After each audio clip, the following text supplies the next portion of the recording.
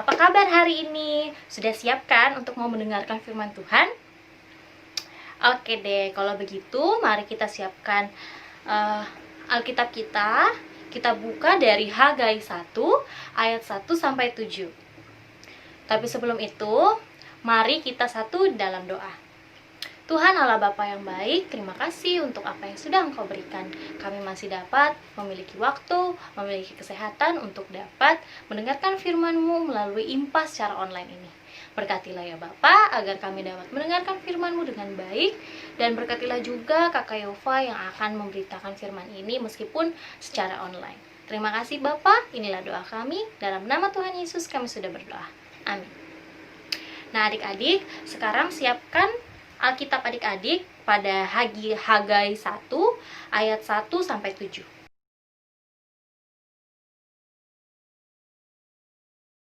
Tadi kan adik-adik sudah membaca di kitab Hagai tentang bagaimana Hagai dipergunakan oleh Allah Bapa untuk memberitakan kembali firman-Nya kepada bangsa Yehuda atau Yahudi. Nah, sebelumnya Kakak Yufa mau cerita dulu latar belakang dari firman ini seperti apa. Saat itu, bangsa Yahudi atau Yehuda ini baru saja dipulangkan dari pembuangan di Babel. Nah, mereka baru kembali ke Yerusalem untuk membangun kehidupan mereka dari awal. Mereka baru mau membangun rumahnya, mencari pekerjaan, dan mereka baru mau membangun lingkungan mereka lagi. Mereka harus beradaptasi dengan keadaan yang baru mereka temui saat itu. Nah, saat mereka baru kembali, Allah Bapa rindu untuk membangun bait Allah atau gereja di tempat itu. Lalu Allah Bapa memberikan firman-Nya kepada Nabi Hagai, lalu Nabi Hagai menyampaikan firman-Nya kepada umat Tuhan di tempat itu, yaitu bangsa Yahudi. Nah, saat Nabi Hagai memberikan firman yang sudah diberikan oleh Allah Bapa, Nabi Hagai mengingatkan kepada bangsa itu bahwa mereka harus membangun kembali bait Allah atau bangunan gereja yang ada di tempat itu, seperti yang Allah firmankan kepada Nabi Hagai. Tapi saat diberikan firman ini, orang atau bangsa Yehuda itu bilang apa?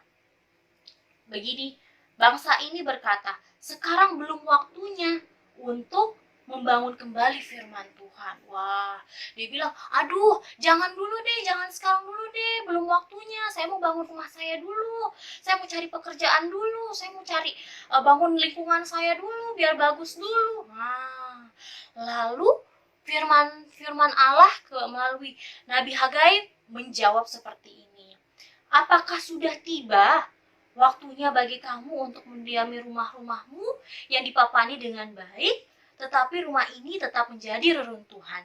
Nah, di sini Allah Bapa bilang melalui Nabi Hagai bahwa wah kamu tidak boleh egois. Kamu harus mengutamakan Allah Bapa dulu. Kamu harus mengutamakan bangunan gereja dulu, biar bangunan gereja itu bisa berdiri seperti bangsa Yahudi ini sudah janjikan kepada Allah Bapa bahwa akan membangun bait Allah itu kembali ketika mereka pulang dari pembuangan.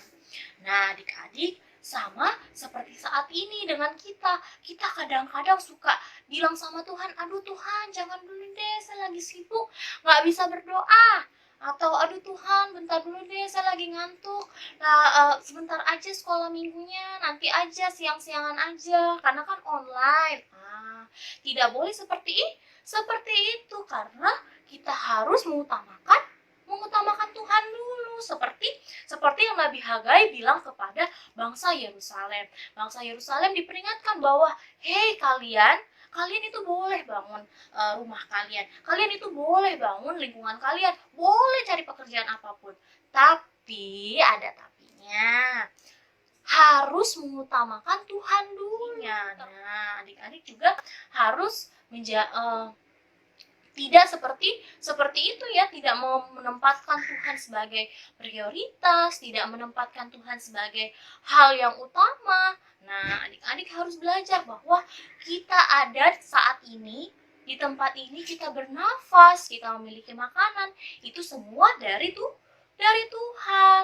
Nah, langkah yang paling ampuh untuk adik-adik lakukan adalah saat bangun pagi. Saat bangun pagi kita harus tetap mengingat Tuhan, bukan karena aduh saya sudah terlambat ini, saya tidak bisa dulu berdoa mama karena saya sudah terlambat, nanti guru saya marah. Wah, apalagi Tuhan yang sudah memberikan kita bangun pagi, memberikan kita matahari, memberikan kita mama papa yang membangunkan.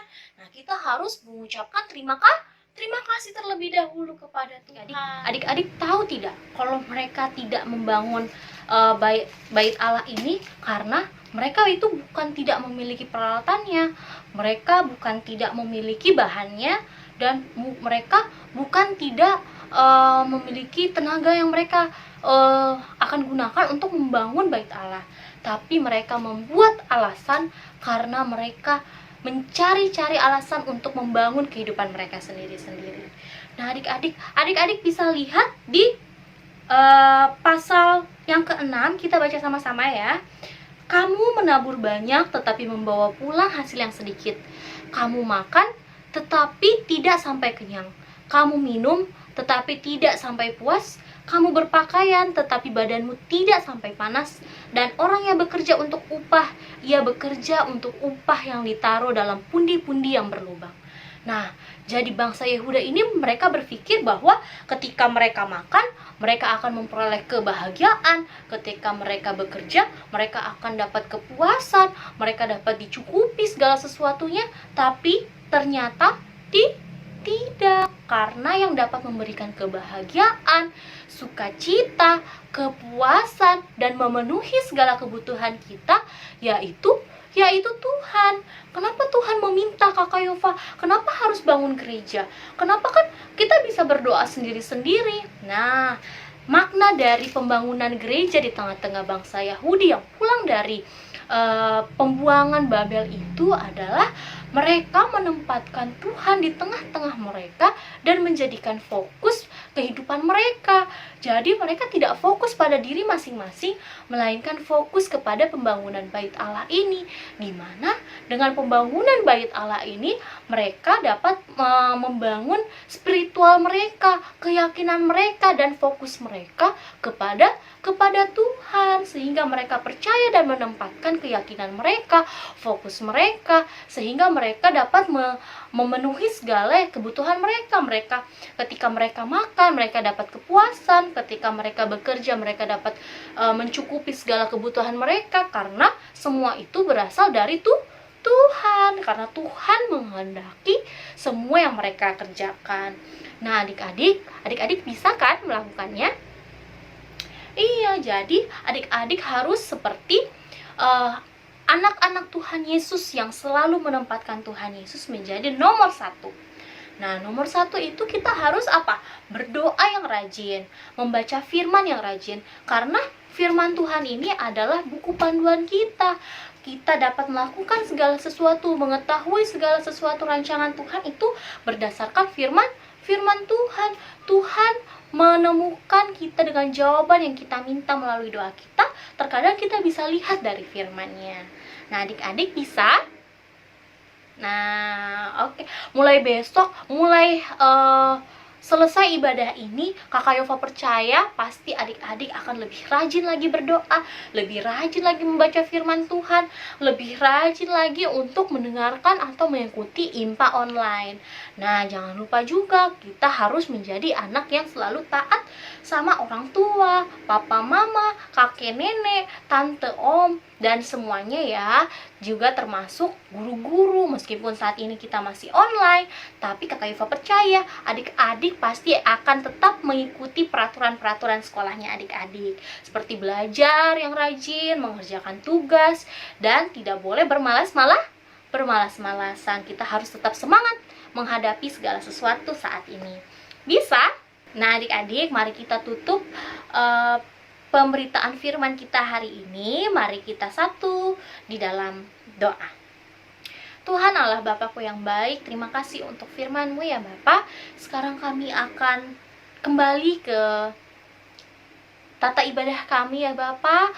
Kami akan bernyanyi, memuji, memuliakan nama-Mu ya Bapa. Kiranya Bapa kami mengucap syukur juga karena kami sudah mendengarkan firman-Mu, dan biarlah firman-Mu itu dapat diam dalam hati kami sehingga kami dapat melakukannya dalam kehidupan kami sehari-hari. Bapa, pimpinlah kami untuk kami dapat menjadikan-Mu prioritas kami, keutamaan kami, sehingga kami selalu mencari Engkau dimanapun dan apapun situasi kami. Terima kasih banyak ya Bapak. Inilah doa kami, dalam nama Tuhan Yesus kami sudah berdoa. Amin. Selamat beribadah.